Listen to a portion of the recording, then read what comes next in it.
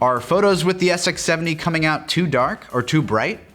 First things first, make sure you have the right film inside. Unless it has been modified to accept 600 film, the SX-70 is intended for use with SX-70 type film, which has a slower speed of 160 ASA. If you use 600 film inside, photos will be drastically overexposed. If you're using the right film but are still having issues with overexposure, try setting your exposure wheel toward the darker side. Original Polaroid SX-70 film was calibrated to be slightly slower than the newer stuff, so a slight nudge toward underexposure is often recommended. However, it's important to note that every SX-70 is a little different. The window for the light meter was produced with variations in opaqueness over the years, as you can see in these examples. Some are darker than others, and thus it's important to learn how your SX-70 reacts to various lighting situations, using the exposure dial to compensate for how your camera meters.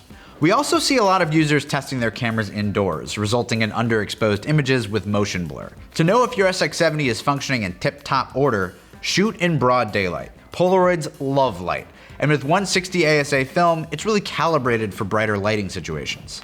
If your images are still not coming out quite right, we may need to take a look at it. You can send your camera to BFC for repair or restoration, and we will clean the meter and make sure it is calibrated properly.